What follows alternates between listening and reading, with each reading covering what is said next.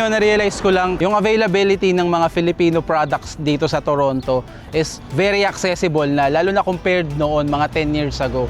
And na-realize ko rin na parang ang dami na nga mga Filipino convenience store dito sa atin, no? So nagtanong-tanong ako sa mga kaibigan ko ng ilan sa mga convenience store nga na meron tayo dito. So tara, samahan nyo ako na bisitahin yung mga Filipino sari-sari store dito sa Toronto.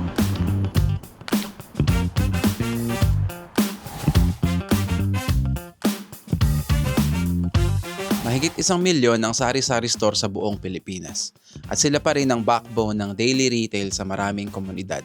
Ang salitang sari-sari mismo ay galing sa Tagalog na ang ibig sabihin ay variety or assorted. Yan ang dahilan kung bakit perfect ang pangalan para sa mga tindahang may iba't ibang bilihin, mula sa tingi hanggang sa mga basic needs. Mula pa sa Spanish era hanggang ngayon, ang mga maliit na tindahan na ito ang naging paraan ng mga pamilya para kumita at magsilbi sa mga kapitbahay. So, nandito tayo sa Pinoy Mini Stop dito sa may Wilson and Dufferin. Actually, ito, medyo kilala na to ng marami dahil sa social media presence nga nila. And yun nga, personally, isa ito sa mga go-to na pinupuntahan ko sa mga maraming Filipino products na binibili ko pang bahay. So, tara, pasyalan natin.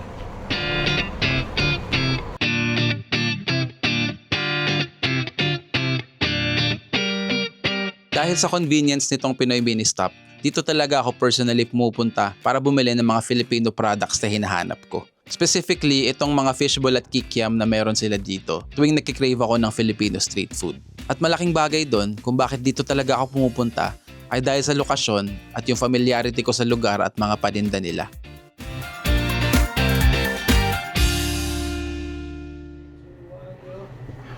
So dito makakita ka rin ng mga ganitong canned goods, so yung mga delata na ganito. Sa Pilipinas mo lang makikita to eh. And meron sila dito sa Pinoy Mini Stop.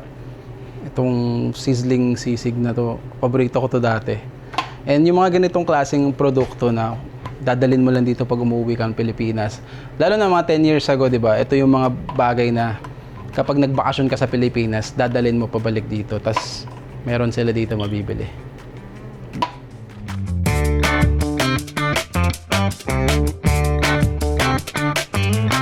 So, nakausap ko rin pala si ate dun sa cashier. Nabanggit niya sa akin na ang bestseller pala nila dito, or isa sa mga bestsellers nila is itong mga beauty products na meron sila. So, para sa mga naghahanap dyan ng mga Filipino brands na beauty products, meron dito sa Pinoy Mini Stop.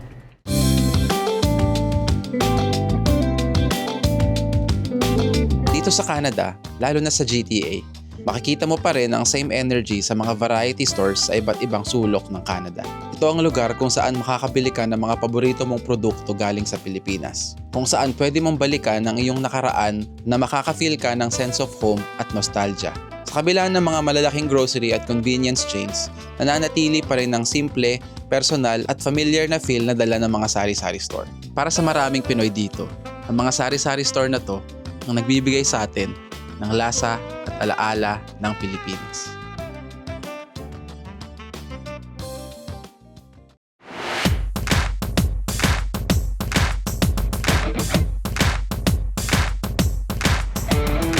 So, nandito tayo sa Apo, sa may Dufferin and Steeles naman.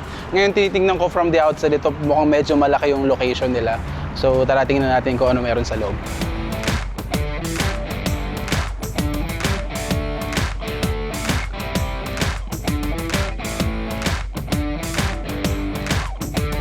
Okay, so vibe check. Itong lugar na to, maaliwalas siya, very organized. Mas malaki nga siya compared dun sa iba. And yung mga produkto, ganun din, sari-saring mga Filipino na products. And meron ako napansin dito sa mga familiar dito. Ito yung Konu Mini Crunch. Hindi ko naman siya pinopromote kasi trending kasi ito sa TikTok eh. And I think nagpabili pa ng ganito yung girlfriend ko sa Pilipinas. Sa mga friends niya, meron pala dito. Dami yung iba-ibang flavor. So alam niyo, habang naglalakad-lakad ako dito sa Apos, may mga produkto ako na nakita dito na for some reason hindi ako familiar or parang bago. I mean ito, parang pochi, kaya alam ng lahat yung pochi, pero hindi ko alam na meron siyang gummy bear. O sobrang tagal ko na bang wala sa Pilipinas, kaya hindi ko na alam yung mga ganito. Ito yung alam nating pochi. Pero like gummy bear. Tsaka actually ano ko to eh, guilty pleasure sa lahat na nakakilala sa akin, ang mga gummy bear. So parang natitempt na akong bilhin. Meron din silang Choco Mucho. Last na uwi ko sa Philippines, ang dami nagpapabili sa akin ito. Tapos meron pala dito. Galing. Sa Apo lang. Apo.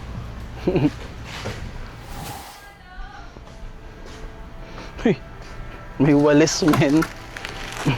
Ngayon lang ako nakakita ulit nito. Ganda pa nung handle. Alam niyo yung naalala kong handle dito, yung kahoy lang. Hindi ko alam kung ganito na ba talaga yung mga walis sa Pilipinas. Creative na. Meron pang walis ting-ting. Ito talaga ngayon na lang ako nakakita ulit. Pag nakakita ako ng ganito, naalala ko lola ko na nagwawali sa labas ng bahay namin sa Pinas. Paano kaya yung mga ganito, inisip ko, no? Kung meron ditong mga naglilinis sa kalsada, ito yung gamit. Wala lang.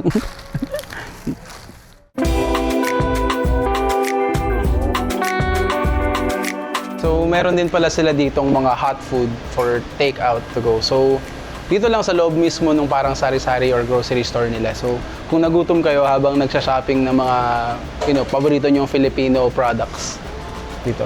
Mga masarap.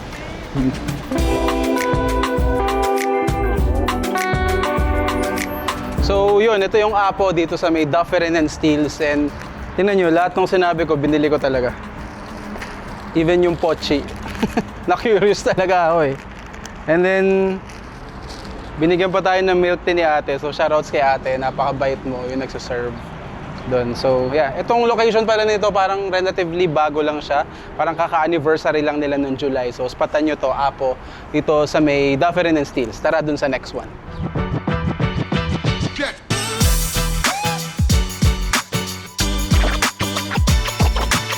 So ang last stop natin ay itong JRV Food Market. Andito lang sa may kanto ng Bathurst and Finch. So malapit talaga to doon sa Little Manila natin na Wilson and Bathurst.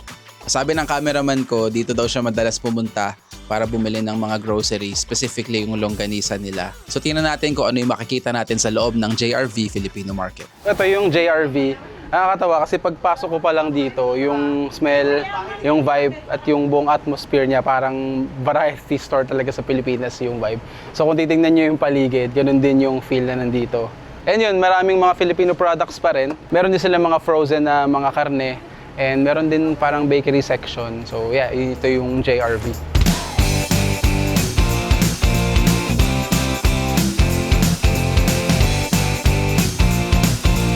So, kanina kasi, nakausap ko si Kuya, yung cashier dito.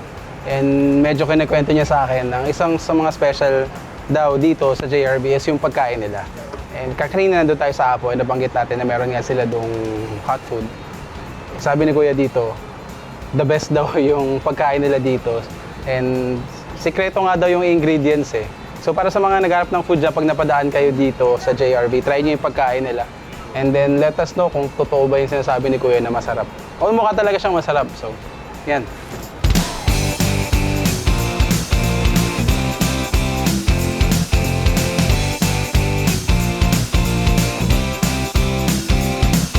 Yung pala, isang nakita ko, nagbebenta sila ng alcohol. Hindi naman sa nagpo-promote ako ng alcohol, pero I don't think nakita ko doon sa ibang mga pinuntahan namin.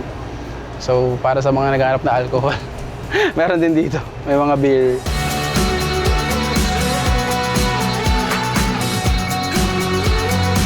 Alam niyo, sobrang dami pa talaga na iba pang mga Filipino sari-sari store, convenience store, or variety store talaga dito sa Toronto. And hindi na natin napuntaan lahat, syempre. And dyan yung mga kilala natin, nandyan yung Salo-Salo, sa may Wilson and Bathurst. Nandyan yung Mamas, doon din sa may Wilson and Bathurst. And yung OG na Oriental, di pa nga natin nadaanan, malapit lang dito kasi medyo unfortunately nawawala na tayo ng time. Pero yun nga ang pinaka-goal lang naman dito is mapakita sa inyo na yung mga paborito nating Filipino products sa Pilipinas is very accessible na rin dito sa Toronto. So kayo, kung meron pa kayong alam na mga Filipino convenience store, sari-sari store or variety store na medyo hidden or hindi pa natin alam, comment down below and subukan natin bisitahin next time. Yun lang. Peace.